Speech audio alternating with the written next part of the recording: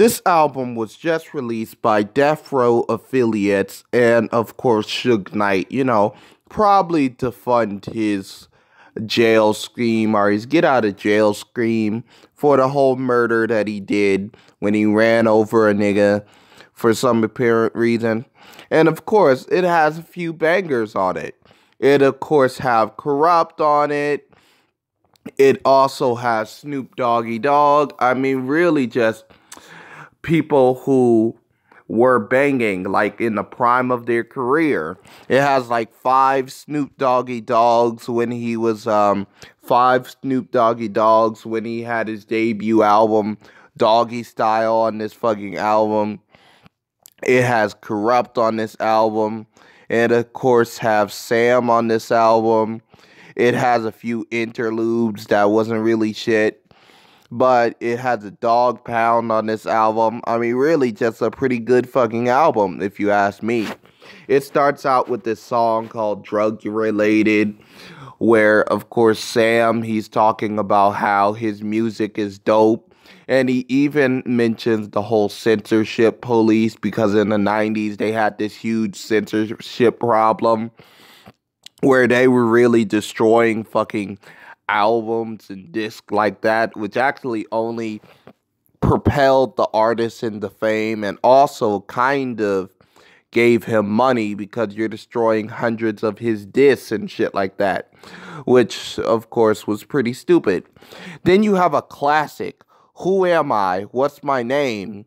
Which of course was, I believe, Snoop Dogg's biggest hit, or one of his biggest hit as a solo artist in the 90s. Of course, this is a classic on here. And he has the whole line, from the depths of the seas down to the block, which of course was sampled by Jay-Z, which Jay-Z loves sampling Snoop Dogg. He sampled Snoop Dogg on Murder Was the Case, with, of course, that Devil track he did. And he also dissed Snoop Dogg, kind of dissed him when he released the song New York, New York. He made comments saying New York was pussy for not getting him when he made that track, even though it was mostly a Corrupt song on there. And yeah, Snoop Dogg is all over this track. And of course you have Roughin' Stuff With My Afro Puff by the Lady of Rage. Lady of Rage sounds pretty awesome on this album. They really got her two legit hits. Well, and she was rocking the whole natural hair movement before it became stylish in the 2000s and 2010s. So that's very good. And you have the song Gin and Juice, which, is a classic with the soul vocals. Rolling down the street, smoking handouts. I remember watching this fucking video over and over again, when I was a kid, when YouTube was just starting and shit. And I saw the pixelated tits and stuff like that. And, oh, man, I just beat away and shit like that, to tell you the truth. But hey, that was way before I was into like some good old internet shit and actually had a girlfriend. But that's another story in between. But you have the song Mental with Corrupt, and of course it was a 5-minute freestyle, I believe. And Corrupt, it was cool that this guy could hold up 5 minutes of a supposed freestyle with live instrumentals. I don't know if he set up the instrumentals or what. But speaking of live instrumentals, you have the song Doggy Dog World. It's a doggy dog world. Which, of course, you have Corrupt on there. He's spitting his thing. And then you have the whole Dog Pound. I think this was like the earliest the Dog Pound was actually collaborating on a posse cut. Of course, being a single, which was pretty nice. Then you have another kick-ass posse cut, which was, of course, Blueberry, the blue representing the whole Crip lifestyle that Snoop Doggy Dogg was living And, Snoop Doggy Dogg, he even had an album called Make America Crip Again, which, of course, I reviewed. It was pretty nice.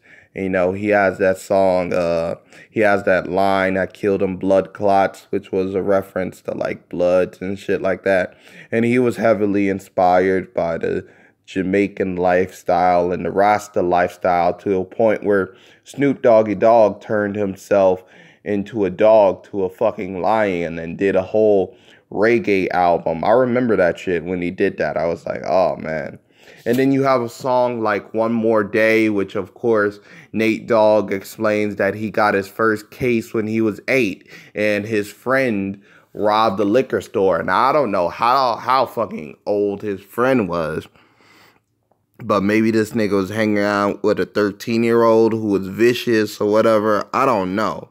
But shit, he hanged out with the wrong person. And then you have another track that talks about children becoming gangsters and maybe going into wrong influence or being swayed by the wrong things. Of course, G's and Hustlers would start out with that pretty nice little fucking classroom setting where Snoop Dogg says he want to be a fucking hustler and stuff like that. And then you have a song called May I, which of course kind of reminds me of the whole Mask Off song with Future where he had that flute. This flute on the song May I could actually even give that whole flute on Mask Off a run for his money. It's pretty strange, it's pretty bizarre, but I love it.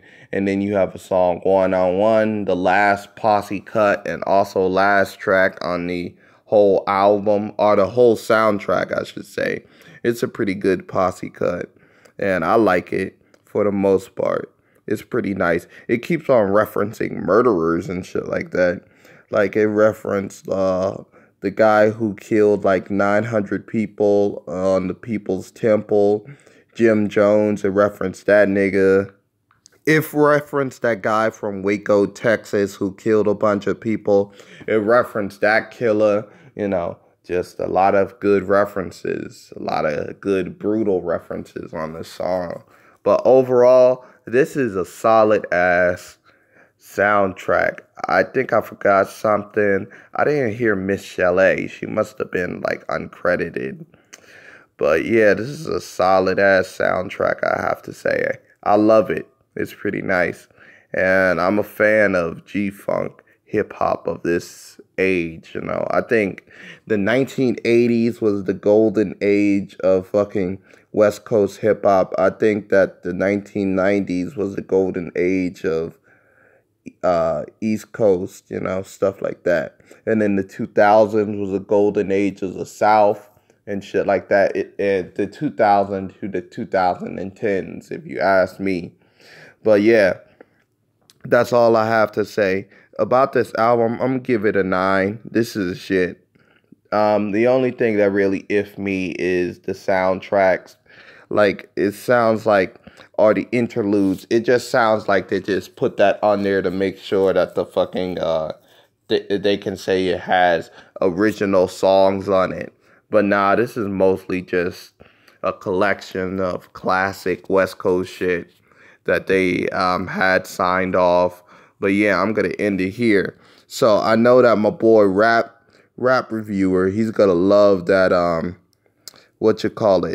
his favorite rapper on here, Consequence.